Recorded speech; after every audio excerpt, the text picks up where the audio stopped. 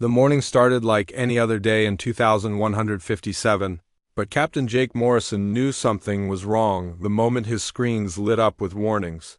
He stood on the bridge of Liberty Prime, Earth's largest orbital defense station, watching dots appear on the radar that shouldn't be there.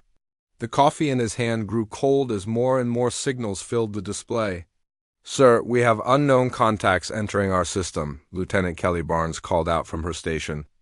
Her voice carried a tremor that Jake had never heard before in all their years serving together. Jake set down his cup and moved closer to the main screen. The objects were massive, larger than anything humanity had ever built. They moved with purpose, arranged in perfect formation as they approached Earth. There were hundreds of them, their sleek crystalline hulls catching the light from the sun. "Send out the standard greeting protocols," Jake ordered, though his gut told him these. Visitors weren't here for peaceful contact. "And get me Admiral Collins on priority channel." The response came faster than anyone expected. A voice filled the bridge, speaking perfect English through their communication systems. The translation was flawless, but the tone was cold and emotionless. "Humans of Earth, we are the Zephyrians of the Andromeda Galaxy. Your world has been selected for colonization. You have 72 hours to evacuate your planet or face complete destruction. We offer transport to a suitable world where your species may continue to exist under our protection." The bridge fell silent. Jake felt his blood turn to ice as the meaning of the words sank in. These aliens weren't here to trade or share knowledge. They wanted Earth, and they were giving humanity 3 days to leave or die down on Earth's surface. President Lisa Rodriguez was pulled from an economic summit to deal with the crisis. She stood in the emergency command center beneath the White House, surrounded by military advisors and scientists who looked as shocked as she felt. "How many ships are we looking at?" she asked Admiral Frank Collins, who had arrived within minutes of the first contact. "Over 200 confirmed vessels, Madam President," Collins replied, his weathered face grim. "Each one is roughly 10 times the size of our largest battleship. We've never seen technology like this." Dr. Amanda Pierce, Earth's leading expert on theoretical alien life, studied the data streaming in from various observatories and satellites. Based on their formation and approach vectors, they've been planning this for a long time. They know everything about our defenses, our population centers, our military capabilities. The aliens demonstrated their power without warning. Energy beams lanced out from several ships, striking the International Space Station and 3 military satellites. The structures didn't explode or burn.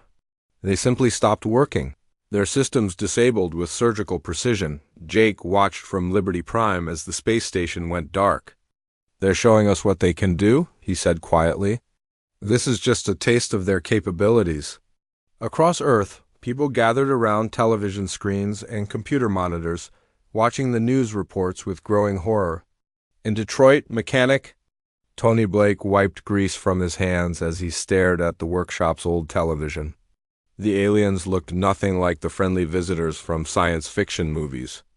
Their ships were beautiful but terrifying, hanging in space like crystal daggers pointed at Earth's heart.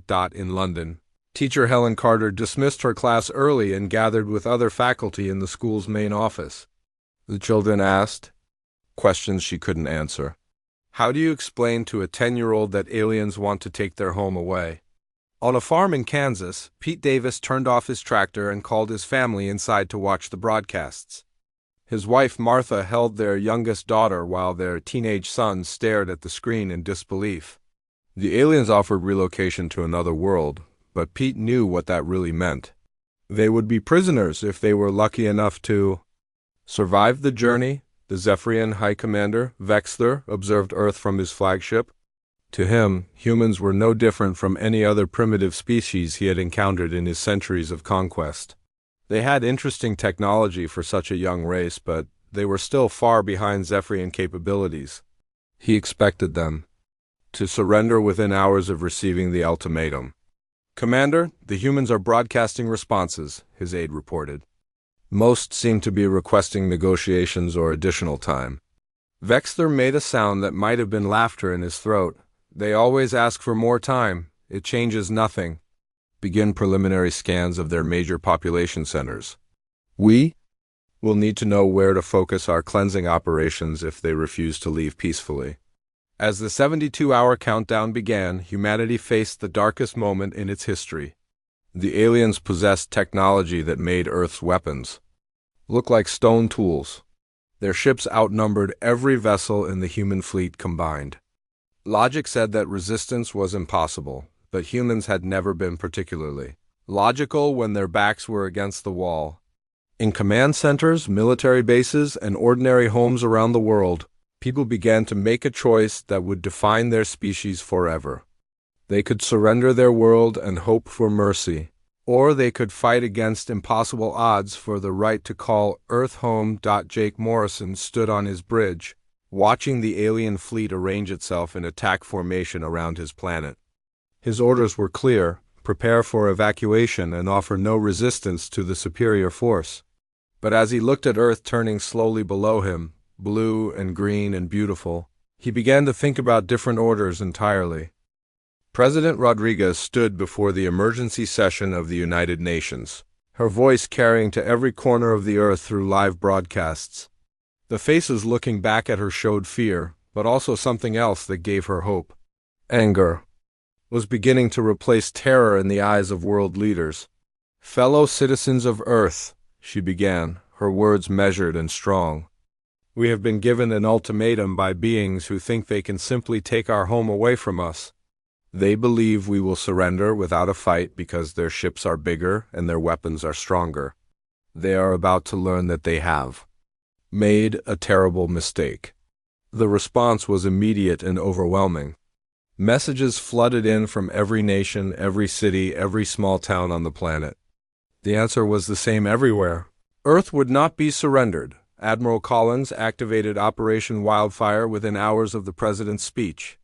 Military bases around the world received coded transmissions, and suddenly the evacuation preparations stopped. Instead, weapons were loaded, ships were fueled, and soldiers prepared for a war they couldn't possibly win. Colonel Sam Mitchell received his orders while standing in the ruins of Norfolk Naval Station, where the aliens had demonstrated their power. The base was intact but useless, every electronic system fried by the precise energy strike. He gathered his surviving officers around him in the disabled command center. "We're going underground," he told them. "Every major city, every important installation, every place where people live and work. We're going to make it impossible for them to hold this planet even if they take it." The resistance cells began forming immediately. Mitchell coordinated with local authorities, police departments, and civilian groups who volunteered faster than he could process them. Teachers became intelligence gatherers. Mechanics became weapons specialists. Farmers became supply coordinators. In less than 24 hours, Earth was transforming itself into a fortress. Dr. Pierce worked frantically in her laboratory, analyzing every piece of data they had collected about the alien ships. Their technology was incredibly advanced, but it wasn't magic. Everything they built followed physical laws, and physical laws meant there had to be weaknesses. "Their energy weapons are focused particle beams," she explained to Dr. Carl Hudson, "and the assembled team of scientists. They're incredibly efficient, but they require massive power generation. That means heat dissipation, and heat dissipation means vulnerable cooling systems." Meanwhile, Captain Morrison was making his own preparations on Liberty Prime. Admiral Collins had suggested he evacuate with the civilian population, but Morrison had other ideas. He gathered his crew and gave them a choice: leave with the evacuation. Ships or stay and fight with him. Every single person chose to stay. "We're going to modify our missiles," Morrison told his weapons officer. "Strip out the guidance systems and pack them with every piece of explosive material we can find. If we're going down, we're taking some of them with us." On Earth's surface, ordinary people were making extraordinary preparations. Tony Blake had turned his auto repair shop into a weapons factory. He and his crew were welding armor plates onto civilian vehicles and mounting whatever weapons they could acquire. The sight of soccer moms driving armored minivans would have Been funny under different circumstances. They want our world, Tony told his workers as they fitted rocket launchers to a school bus. But they're going to have to take it from us, piece by piece, and we're going to make every piece cost them. Helen Carter had organized London's teachers into an intelligence network. They knew every building, every underground tunnel, every hiding place in the city. More importantly, they knew how to move information quickly and quietly. Within hours, they had established communication lines that bypassed all official channels. The children are our priority, she told the assembled teachers. But once they're safe, we become the eyes and ears of the resistance. These aliens may have better technology, but they don't know our city like we do. Pete Davis was coordinating with farmers across the American heartland. They had equipment, fuel, fertilizer that could be turned into explosives, and most importantly, they had food. The resistance would need supplies, and the rural population was ready to provide them. We've been feeding this world for generations, Pete told the Regional Agricultural Committee. Now we're going to feed the fight to save it. As the 72-hour deadline approached, the Zephyrians grew impatient. High Commander Vexler had expected immediate surrender or at least panic-driven evacuation attempts. Instead, he was watching the humans organize themselves for war. They cannot seriously intend to resist, his aide reported. Our preliminary scans show they are moving military assets into defensive positions, but their weapons are centuries behind ours. Vexler studied the tactical displays showing human movements across the planet. Something about their behavior reminded him of the Kepler system, where a primitive species had also refused to surrender. That campaign had taken 3 months, instead of 3 days, and cost him 12 ships. Begin limited bombardment of their military installations, he ordered. Destroy their capacity to coordinate resistance. Once they see their defenses crumble, they will accept the inevitability of surrender. The attacks came without warning. Energy beams struck Pearl Harbor, Norfolk, and 6 other major military bases around the world. The precision was surgical, destroying command centers and weapon systems while leaving most of the infrastructure intact. Thousands died in seconds, but instead of breaking human morale, the attacks had the opposite effect. The sight of their military bases burning didn't make humans surrender. It made them furious. Captain Morrison watched the destruction from his orbital position and felt something cold settle in his chest. These aliens had just killed his friends, his colleagues, people he had served with for years. They had crossed a line that couldn't be uncrossed. All stations, this is Liberty Prime, he broadcast on emergency frequencies. The 72 hours are up, and here's our answer. Every human vessel in Earth's vicinity began moving at once. Military ships, converted cargo haulers, private yachts with improvised weapons, research vessels armed with mining charges. They formed up in attack formations that would have been impossible to coordinate without months of planning. But somehow they managed it in minutes. The alien fleet detected the approaching human forces and began maneuvering to intercept them. To Vexler, it looked like a swarm of insects rising to challenge a pack of predators. The outcome was obvious, but he had to admire their courage. He would learn very soon that courage was the least dangerous thing about angry humans. The first human ships reached the alien fleet moving faster than anyone thought possible. Captain Morrison led Squadron Alpha directly toward the largest Zephyrian vessel, weaving between energy beams that could have vaporized his entire ship. The aliens had superior weapons and shields, but they had never faced enemies who treated their own lives as expendable ammunition. Break formation and go to individual attack patterns, Morrison ordered over the radio. Use the asteroids for cover and remember what we practiced. Hit them fast, hit them hard, and make every shot count. The human pilots scattered like a school of fish, their smaller ships darting between the massive alien vessels. They couldn't match Zephyrian firepower, but they could be unpredictable. A converted cargo ship rammed itself into an alien vessel's weapon array, sacrificing itself to disable the guns. A military frigate detonated its entire missile payload inside an alien ship's docking bay, taking out the craft from within. High Commander Vexler watched the tactical display with growing confusion. The humans were fighting in ways that made no strategic sense. They were sacrificing valuable ships and trained personnel for minimal damage to his fleet. Yet somehow they were achieving results that shouldn't have been possible. "Sir, we've lost the cruiser Zethkar," his aide reported.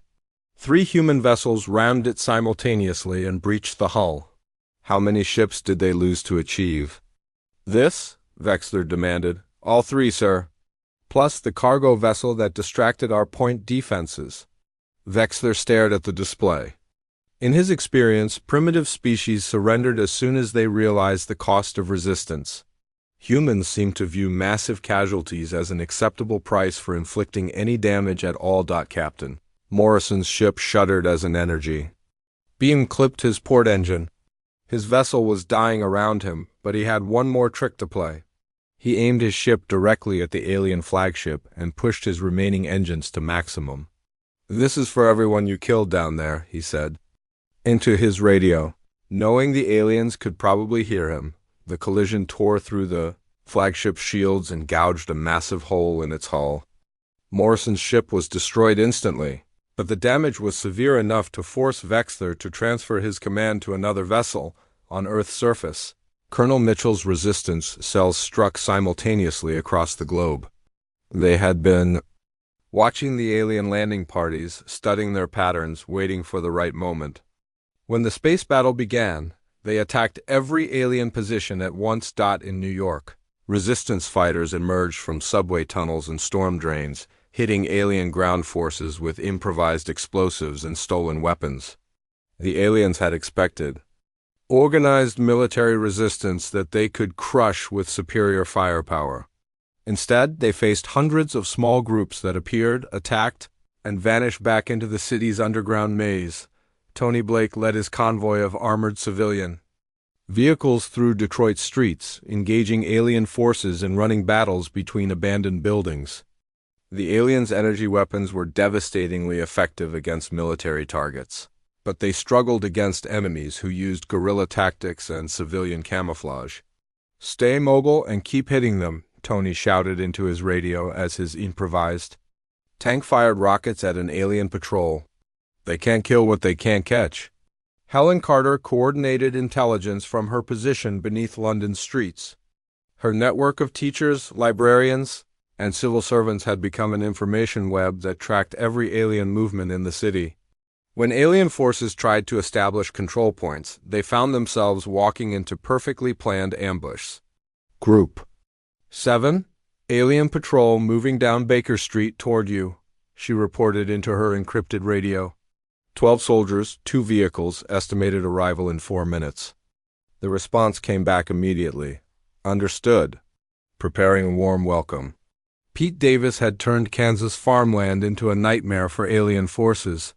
His network of farmers had prepared the rural areas with hidden weapons caches, improvised mines, and carefully planned escape routes. When alien ships landed to establish forward bases, they found themselves under constant attack from enemies who knew every hill, every stream, every hiding place.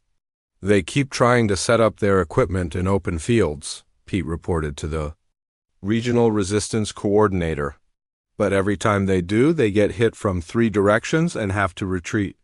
Dr. Pierce had made a breakthrough in her analysis of alien technology.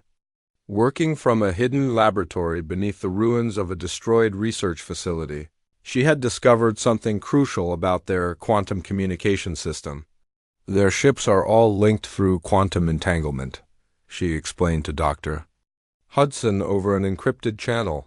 "It allows them to coordinate perfectly, but it also means they're all vulnerable to the same type of interference." She had developed a computer virus that could disrupt their communication network, but deploying it would require getting close enough to upload it directly into an alien vessel. It was a suicide mission that would need to be carried out during active combat. The space battle continued for 18 hours, with human ships throwing themselves against the alien fleet in waves. Each attack cost dozens of human vessels, but they were inflicting real damage. More importantly, they were learning. Human engineers analyzed every piece of wreckage, every energy signature, every tactical pattern. By the end of the first day, Vexler had lost 15 ships and hundreds of personnel. The human fleet was essentially destroyed. But Earth's orbital defenses were still active and ground resistance was proving far more difficult than anticipated. "Commander, the humans are using tactics we've never encountered," his tactical officer reported. They appear to view individual survival as less important than collective victory. Vexler studied the reports coming in from ground forces. Human resistance fighters were using their own population centers as weapons, turning every building into a potential fortress and every civilian into a potential enemy. The aliens could destroy the cities, but that would eliminate the very infrastructure they needed for colonization. "Increase bombardment of military targets," he ordered, "and begin targeting civilian population centers. If we cannot break their military resistance, we will break their will to fight." The alien energy beam struck New York Central Park, where thousands of refugees had gathered under international protection symbols. The attack killed men, women, and children indiscriminately, broadcasting the footage across every remaining communication network on Earth. Vexler expected the massacre to finally break human morale.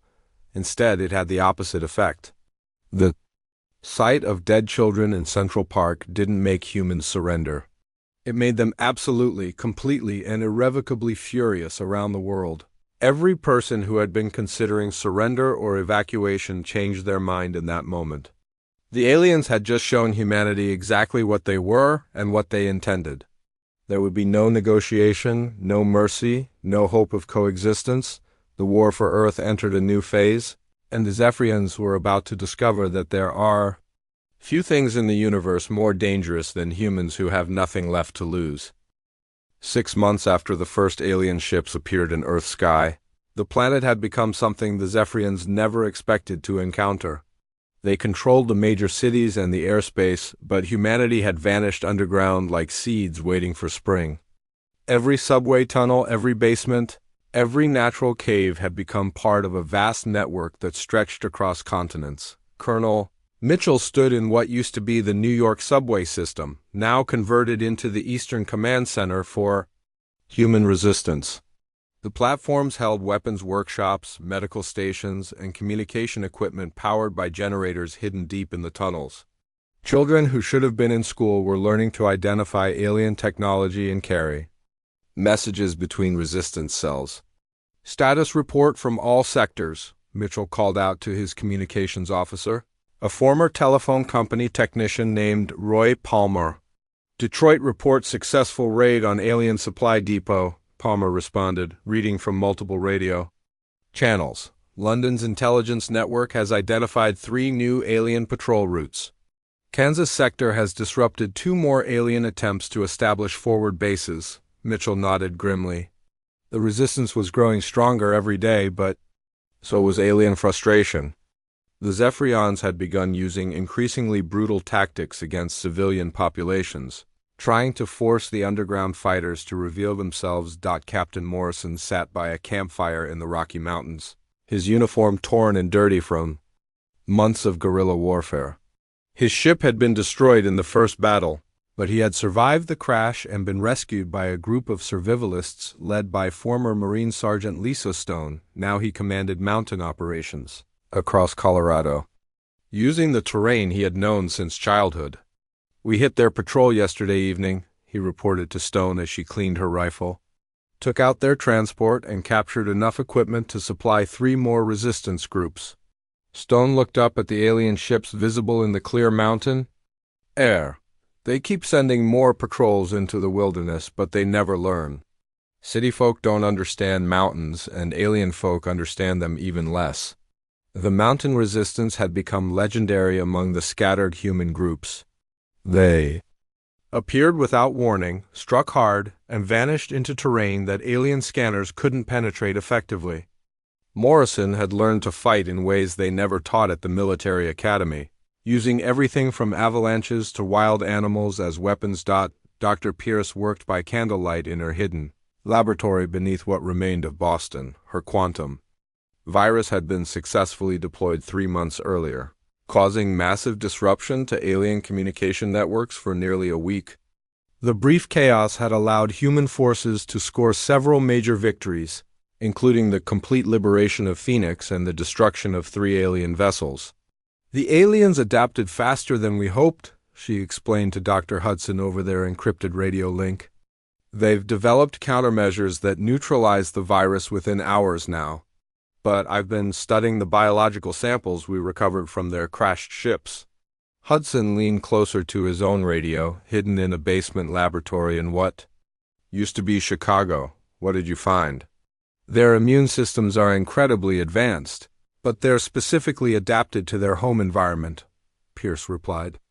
"They can handle any biological threat from their own galaxy, but Earth's microorganisms are completely foreign to them. I think I can weaponize that." The discovery offered new hope, but developing a biological weapon would take time and resources that the Resistance barely had. Meanwhile, the war continued with increasing intensity on both sides.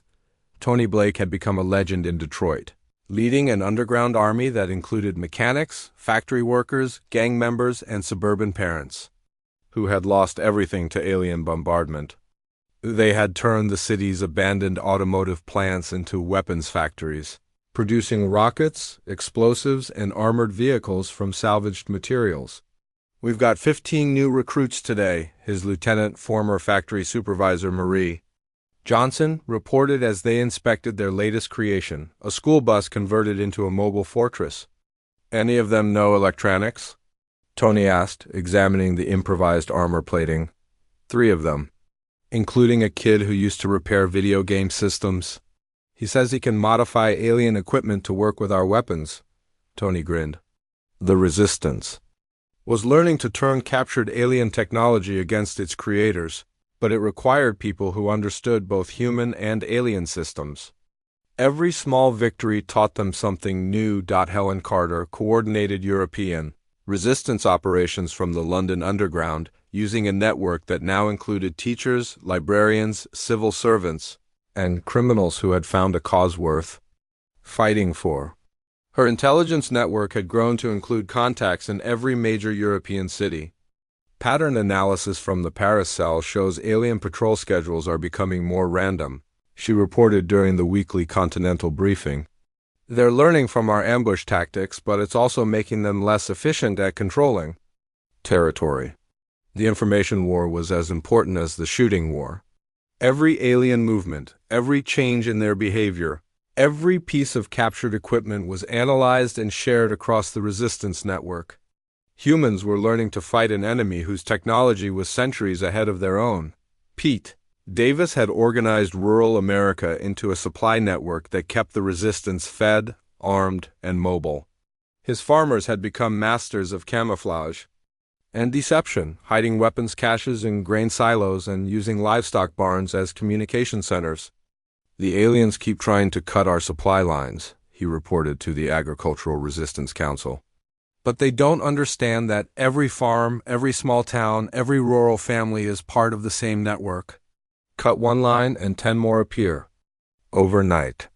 The rural resistance had become the backbone of human survival. They grew food in hidden gardens, manufactured explosives from fertilizer, and provided safe houses for fighters moving between urban resistance cells. The aliens could control the cities, but they couldn't control the countryside without an army they didn't have. High Commander Vexler studied casualty reports in his flagship, trying to understand how the human resistance continued to grow stronger despite their overwhelming technological disadvantage. He had conquered 17 worlds in his career, but none had been like Earth. "Commander, our ground forces are requesting additional reinforcements," his aide reported. Human resistance activities have increased by 40% in the past month, and they're using increasingly sophisticated tactics. Vexler looked at the tactical display showing human resistance activities across Earth. Red dots marked attacks, supply raids, and sabotage operations. There were thousands of them, scattered across every continent. "How many humans are we fighting?" he asked. Intelligence estimates suggest active resistance membership has grown to approximately 50 million, with passive support for most of the remaining population. Vexler felt something he had never experienced in previous campaigns: doubt. Earth was supposed to have been pacified within weeks of the initial bombardment. Instead, human resistance was growing stronger, more organized, and more effective. Every day, send a message to the homeworld, he finally ordered. Request immediate reinforcement of 50 ships and ground forces. The conquest of Earth is taking longer than anticipated. It was the first time in his career that Vexler had admitted a campaign wasn't proceeding according to plan. But as he watched reports of new resistance activities flooding in from across the planet, he began to understand that he wasn't just fighting human military forces, he was fighting the entire human species, and they had no intention of surrendering. Their world. 2 years into the war, Dr. Pierce emerged from her hidden laboratory with the weapon that would change everything. She had spent months studying alien biology, working with tissue samples recovered from crashed ships and captured equipment. The breakthrough came when she realized that Zephyrian immune systems, while incredibly advanced, had never encountered Earth's vast diversity of microorganisms. "It's not designed to kill them quickly," she explained to the assembled resistance. Leaders gathered in the Colorado Mountain stronghold that Captain Morrison had established. Instead, it weakens their immune systems gradually, making them vulnerable to infections they would normally fight off easily. Dr. Hudson examined the research data on his portable computer. "How do we deploy it?" "Through their air recycling systems," Pierce replied. "Every Zephyrian ship and ground installation processes outside air for their environmental systems. We introduce the agent into major population centers, and it gets carried into their ships automatically." Colonel Mitchell studied the tactical implications. "What's the timeline for effectiveness?" "Initial symptoms appear within days, but full effect takes several weeks. The beauty of it is that they won't realize what's happening until it's too late to counter it." Captain Morrison had grown from a crashed pilot into the commander of the largest resistance stronghold in North America. His mountain fortress housed over 10,000 fighters and served as the coordination center for Western resistance operations. Using captured alien equipment and human ingenuity, his forces had developed new weapons specifically designed to exploit Zephyrian weaknesses. "We've identified their primary command vessel," Morrison announced to his assembled officers. Morrison pointed to reconnaissance photos of the alien flagship. "Intelligence suggests their commander, this Vexler, is aboard. If we can take him out during the uprising, their coordination will collapse." Lisa Stone, now his second-in-command, studied the photos. "Their ship's defenses have been upgraded since the first battles. Getting close enough will cost us half our aircraft. Then we use the other half to make sure we succeed," Morrison replied grimly. The plan was ambitious beyond anything the resistance had attempted before. Colonel Mitchell would coordinate simultaneous uprisings in 12 major cities worldwide, while Dr. Pierce's biological weapon was deployed through captured alien equipment. Captain Morrison's mountain forces would provide air support. An attempt to eliminate the alien command structure. Tony Blake had transformed Detroit into an underground weapons factory that supplied resistance cells across the continent. His network of mechanics and factory workers had become expert at reverse engineering alien technology, creating hybrid weapons that combined human ingenuity with captured Zephyrian components. "The new rockets use their own power cells," he explained to his production team. "Twice the range, 3 times the explosive power, and they home in on alien energy signatures automatically." Marie Johnson examined one of the completed weapons. "How many can we produce before the operation begins?" 500 if we work around the clock for the next week. Every resistance cell gets 10, with priority to the major cities that will need them most. Helen Carter's intelligence network had grown to include contacts throughout Europe and beyond. Her teachers, librarians, and civil servants had become masters of information warfare, tracking alien movements and identifying weaknesses in their security protocols. "Alien patrol patterns have become increasingly predictable," she reported during the final planning session. "They're showing signs of fatigue and reduced effectiveness. Morale appears to be declining among their ground forces."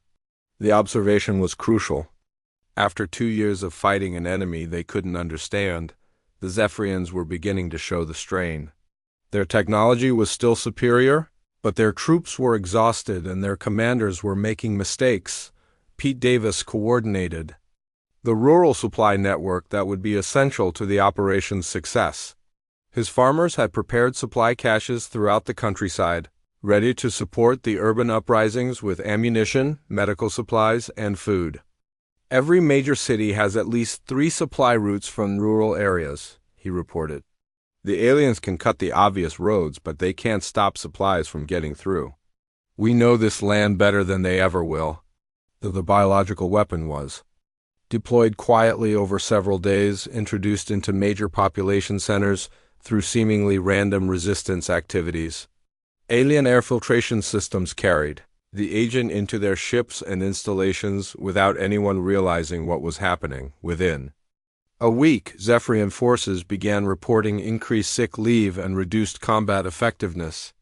Their medical officers attributed it to stress and the extended campaign, not realizing that their immune systems were being systematically compromised.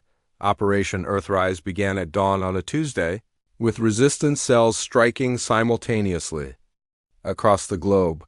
In New York, Colonel Mitchell's forces emerged from the subway system in coordinated attacks on every alien installation in the city. In London, Helen Carter's network guided resistance fighters through precisely planned strikes on alien communication centers.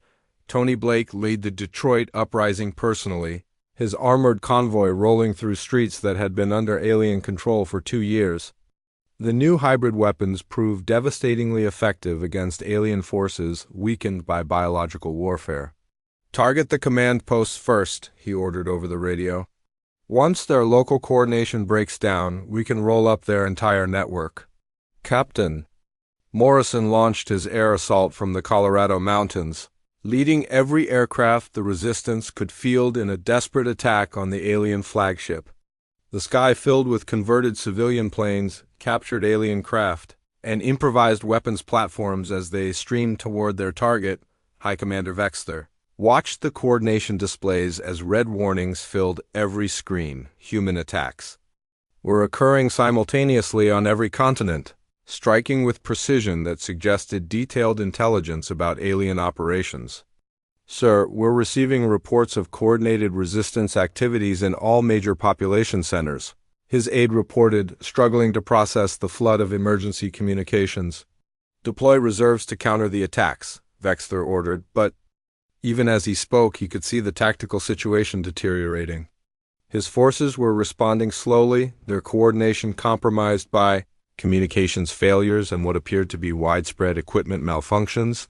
Then Captain Morrison's attack force reached the flagship's defenses.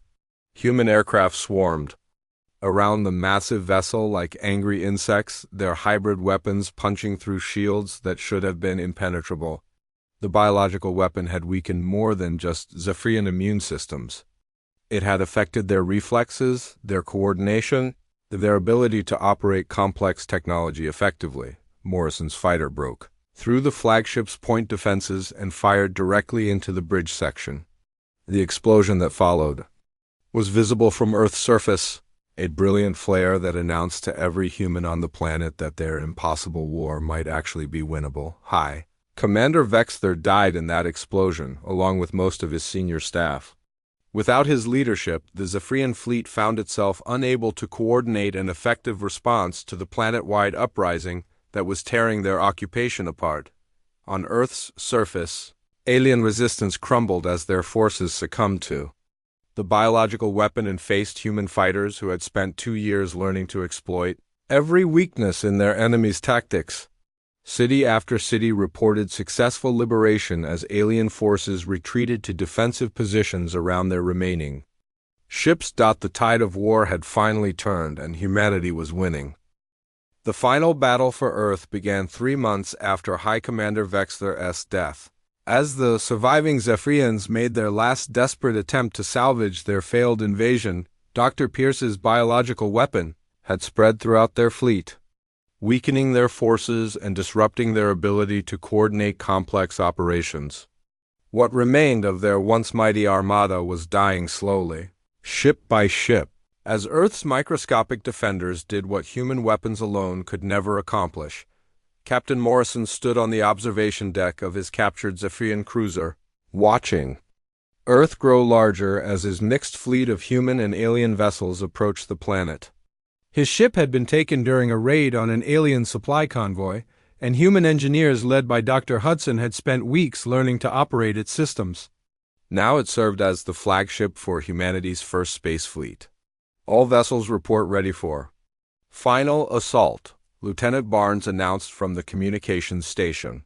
She had survived the destruction of Liberty Prime and joined Morrison's mountain resistance, eventually becoming his most trusted officer. Signal all ground forces that Operation Homecoming is beginning, Morrison ordered. After today, Earth belongs to humanity again. On the planet's surface, the resistance had emerged from hiding to reclaim their cities openly. Colonel Mitchell led the liberation of New York, his fighters no longer hiding in subway tunnels but marching down Fifth Avenue with captured alien weapons and improvised human technology. The sight of the Empire State Building flying the United Nations flag again brought tears to the eyes of survivors who had thought they would never see their city free. Tony Blake's convoy rolled through Detroit streets in broad daylight for the first time in 2 years. His mechanics had created armored vehicles that looked like something from a fever dream, combining human automotive design with alien energy weapons and shield generators.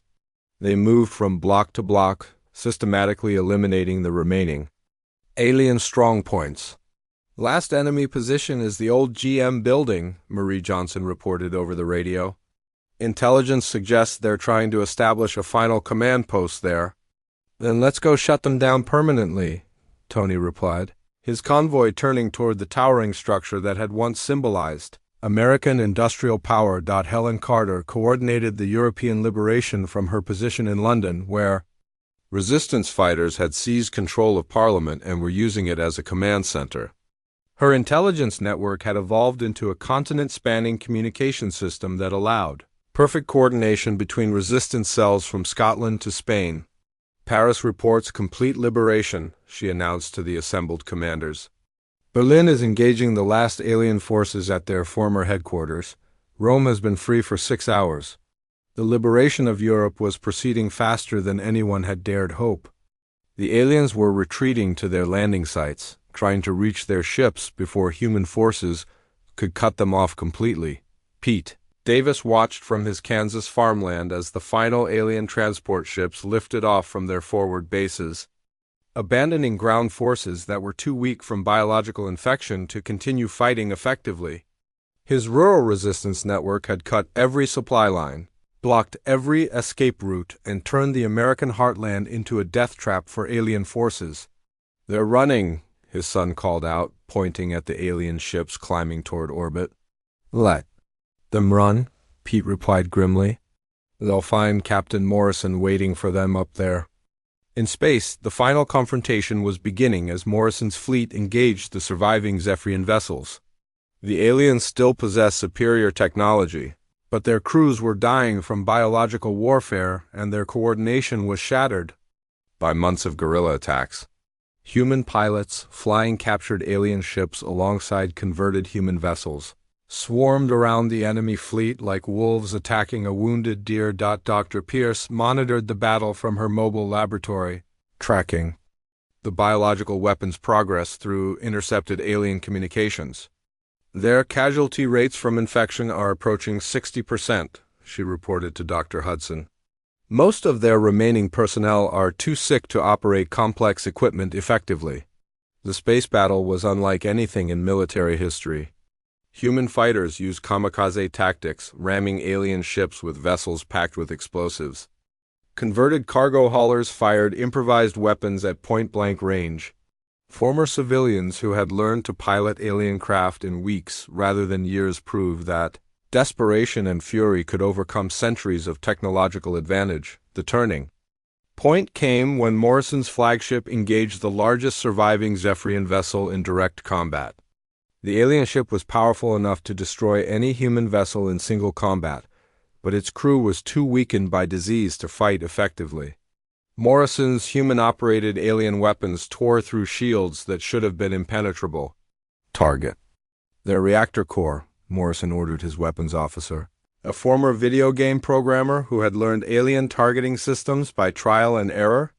"Firing all batteries," came the reply, and energy beams that had once destroyed human cities now turned against their creators. The explosion was visible from Earth's surface, a new star that burned briefly in the sky before fading. With it died the last major Zephyrian vessel and any hope the aliens might have had of regrouping for another attack on the planet below. The remaining alien forces surrendered or died fighting as human resistance fighters showed them the same mercy they had shown to the children in Central Park. There would be no prisoners, no negotiations, no mercy for invaders who had tried to steal humanity's home. The war officially ended when the last alien installation fell to resistance fighters in Antarctica. Colonel Mitchell personally accepted the surrender of the final Zephyrian commander, a junior officer whose forces were too sick and demoralized to continue fighting. "You have destroyed a mighty civilization," the alien said through his translation device. "You tried to destroy ours first," Mitchell replied. "The difference is, we fought back." Captain Morrison returned to Earth in his captured flagship, landing at the ruins of what had once been Kennedy Space Center. President Rodriguez, who had led the human resistance from hidden bunkers for 2 years, was there to greet him along with thousands of survivors who had come to witness the end of the war. "Captain Morrison," she said as he stepped off his ship, "on behalf of the human race, welcome home." 10 years later, Earth had not only recovered but had advanced far beyond its pre-war technological level. The integration of captured Zephyrian technology with human innovation had created a civilization that was stronger, smarter, and more unified than ever before. The planet was defended by orbital installations that could destroy any approaching threat, and humanity's first interstellar vessels were already exploring nearby star systems. Dr. Pierce had become the director of the Global Defense Research Institute, developing technologies that ensured no alien force would ever again threaten Earth. Dr. Hudson led the space colonization program, using hybrid human-alien technology to establish outposts throughout the solar system. Tony Blake had rebuilt Detroit as a center for advanced manufacturing, producing vessels that combined human durability with alien efficiency. Helen Carter had established the Global Intelligence Network, ensuring that humanity would never again be caught off guard by external threats. Pete Davis had returned to farming, but his rural networks had evolved into the backbone of Earth's supply system, connecting every human settlement from the Arctic to the Antarctic. The memorial service for the war's victims was held in Central Park, where a monument now stood listing the names of everyone who had died defending Earth.